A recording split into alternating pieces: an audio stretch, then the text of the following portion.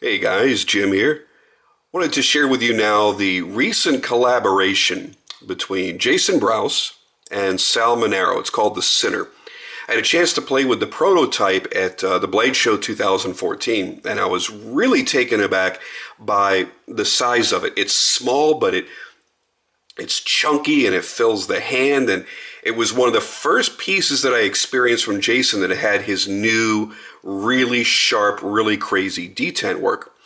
And I talked about that in some recent videos, in the Strife video, in the Bionic 2 video, that his detent keeps getting better and better. And I felt that in that knife, and I went, oh shit, I can't wait for this to come out. And it was supposed to come out around September, October. They ended up getting out a little bit later than that. This is now February of 2015. And the pre-order just got satisfied. So a lot of people already have this knife in their hands. I apologize, I couldn't get this out in time before everybody else is shipped, but it's been a crazy couple of weeks here. But what I want to share with you is just how cool this little bastard really is. Now, firstly, I want to put out there, I'm a big fan of Sal Manaro's work. The unfortunate thing is, I just can't get my hands on one of his knives. I've tried and tried and tried and tried, and, you know, the very few that people actually do sell, they're gone in an instant. I missed out on 2 in the past year, and I kicked myself for them. Luckily, a buddy got 1, and whenever he gets tired of it, he promised it to me, so I'll be looking forward to that in the next couple of years. But for those that either can't get their hands on a real Manaro or just simply can't afford it, because listen, Sal's work is premium, high-end custom work, and you're going to pay for that. This is a really great alternative. You're looking at a knife that runs between $449 and $489 depending on the finishes. Mine is the most expensive finish, which is the dark acid stonewash. Typically, I go for satin. As a matter of fact, all of my Brouses except for one have been a satin blade, and I decided it was time to kind of change it up this time, and I think I even surprised Jason when I said that I wanted the acid stonewash.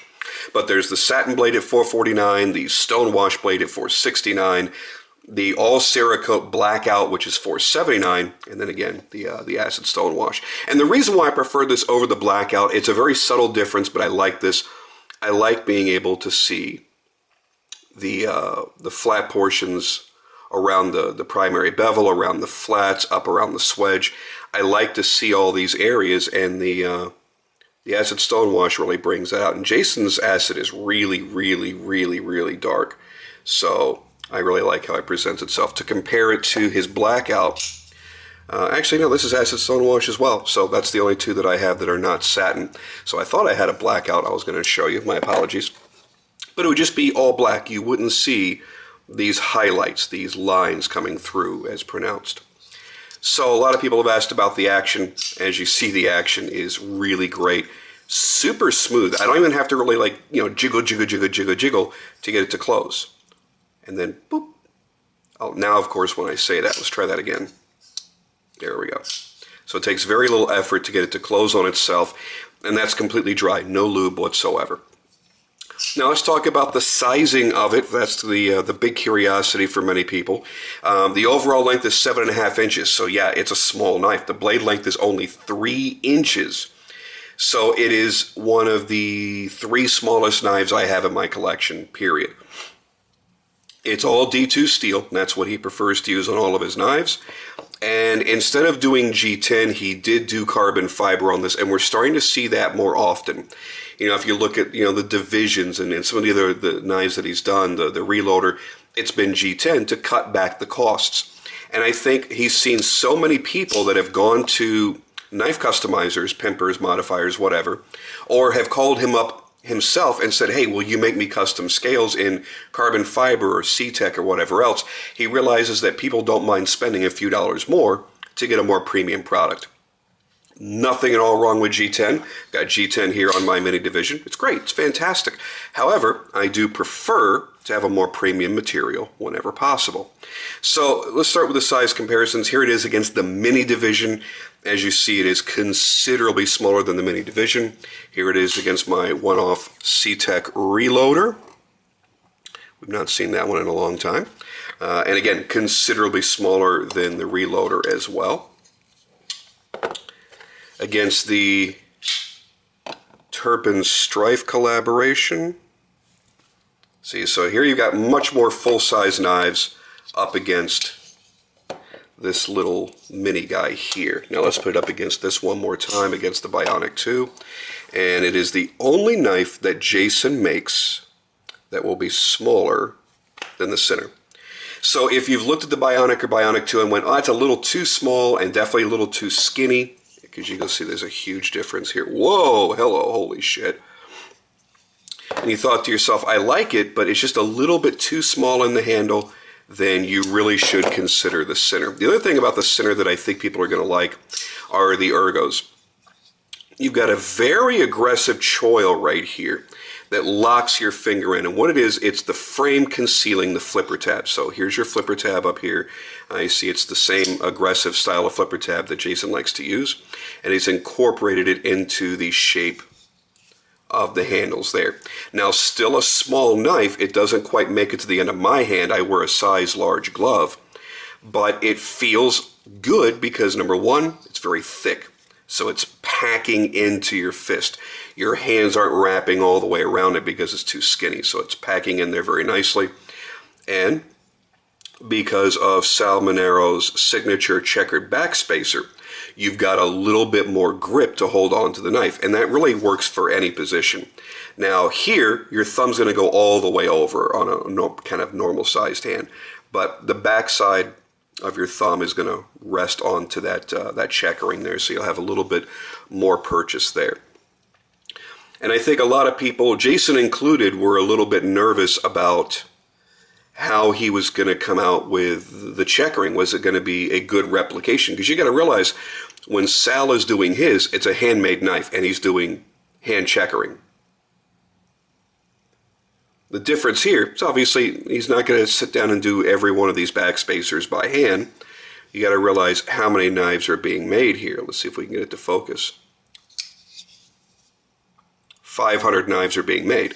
He's not going to sit down with 500 backspacers and hand file, hand checker them.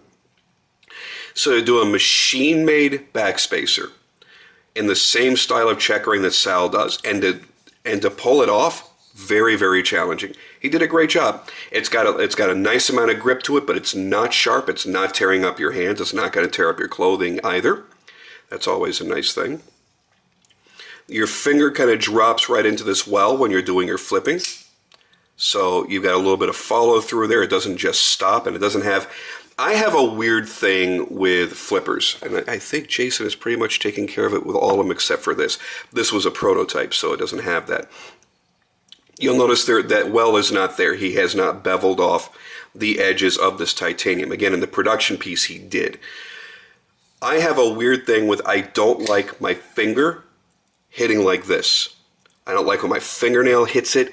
It's hard to describe. It's like fingernails on a chalkboard. It's that kind of reaction to me. I don't like that.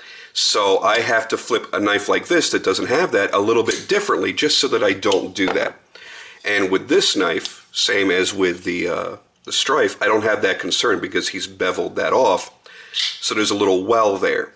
And the fat, the meat of my finger will drop into there instead of the end of my finger. And I realize I might be completely alone on that. Maybe nobody else on the planet has that very specific oddity, but I can't stand that. But having that, allowing you to follow through and allowing your finger to just kind of swipe across it, I like that a lot. It's a really nice feature. A lot of flippers I've handled do not have that. Great carbon fiber work as always. Jason uses really nice, clean, uniform carbon fiber. Give you some nice tight shots here. Very rarely do you see any voids in his carbon fiber, and if there are any, they're minuscule. And usually very, very infrequent.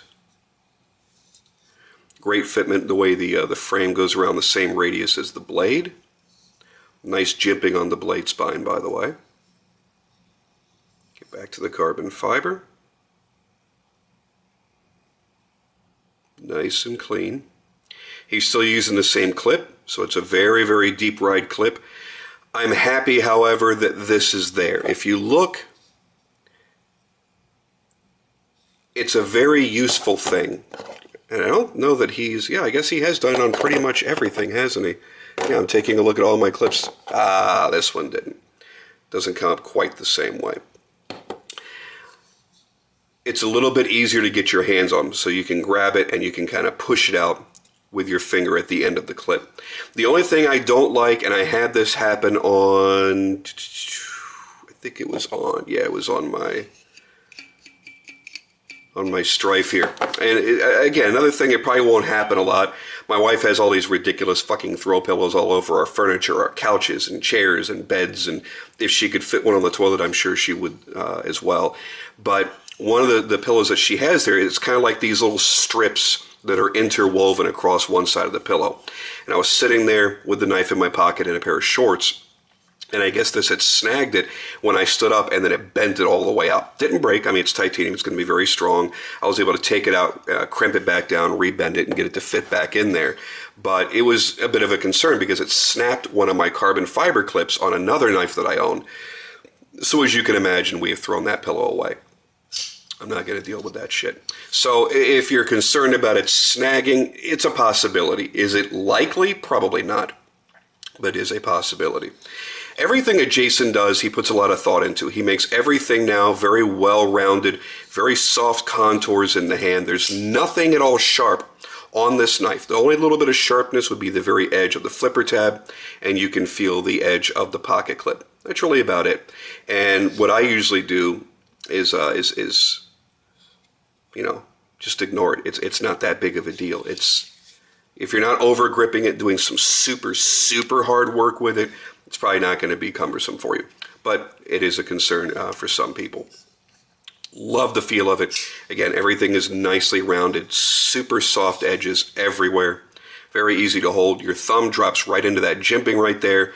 And it's very good jimping. It's not sharp, doesn't tear anything up, but your finger does lock into it. You do have a little choil here. I know you really don't see it. It's not a very pronounced choil. But there is a choil here, so you can kind of choke up a little bit and do some finer cutting tasks with it that way. You know, this isn't really going to be a hardcore work knife. This is going to be something you're carrying kind of as a backup. A smaller knife, maybe you're wearing shorts that day, something a little bit lighter weight. You don't want one of your big, chunky, heavier knives on you. This is going to be a really good alternative. It's super sharp. It's got a great edge. It's got a great action to it. It's got Jason's proprietary bearing system in there, so you know it's going to be fast. It's going to be smooth. You just got a great knife overall. It's under $500, and for the quality of knife that you're getting, I think Jason always hits the right price points. He could even be charging a few dollars more and probably get away with it very easily. You know, you're getting into semi-custom knives, so they're partially production, they're partially mid-tech. It's a knife that allows you to get the feel of a custom knife, the quality of a custom knife, but at a production knife cost because they are mass-produced. Now, even though they're mass-produced, there's a limit to them. He's never going to go out there and make 5,000 of a knife. You know, like this one. If there's 500 made, period. That's it. Each one is numbered. Yours is individually numbered when you get it. You get a little birth certificate, certificate of authenticity when you get the knife. Great packaging. So you really feel like you're getting your money's worth on any product you buy. And a lot of people come to me and go, listen, I can't afford to buy customs. I only want to spend $400 or $500 on a knife. What would you suggest? Yes, there are some customs that you can get into at $500. But, you know, that's like Jason Clark, David Clark, you know, a handful of guys, and their books are closed. You're not getting on their books. You're waiting 2-3 years in the hopes that you're going to get one of their knives. And I'll be honest with you, at that point, their prices are going to have gone up at some point. You know, it's like looking back 2 years ago at somebody like Jake Hoback or something. You know, he was doing stuff at $550. Well, now, you know, he's starting at $850 is the absolute least expensive, and you're around $1,000 because his costs have gone up and everything has gone up. And he realized, hey, I do need to make a little bit of money when I'm, you know, making these knives. So to hold out hope of owning a brand spanking new custom direct from a maker at $500 or less, really, really challenging. It's almost impossible. Here, you know, again, $450 to $489, you're getting into a premium quality knife.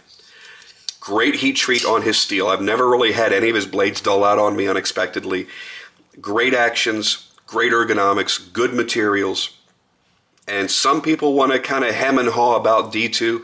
You know, there are a lot of really expensive knives by really high-end makers that are using D2. You know, you look at guys like Horton, you look at guys like Medford, they're using D2.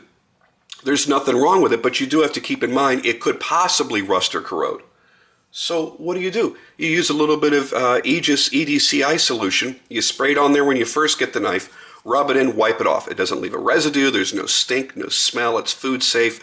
It's completely invisible. It's protecting your knife from rusting or corroding. And then I go through all my knives about once a month, every single one of them. Damascus, D2, W2, stainless steels, doesn't matter. I go through all of my knives. It's just a process of cleaning. So I get fingerprints and smudges and tape and cardboard marks off my blades. While I'm doing that, I'm adding a protectant. And it's simple. It's like $10 a bottle. It's cheap, and you don't ever have to worry. I live in South Florida. You know, if I was going to have a concern about blades rusting, it would be here. And, you know, you can go back to this. This reloader is now a year and a half or so old. You know, there's not a single bit of corrosion anywhere. It's a little dusty.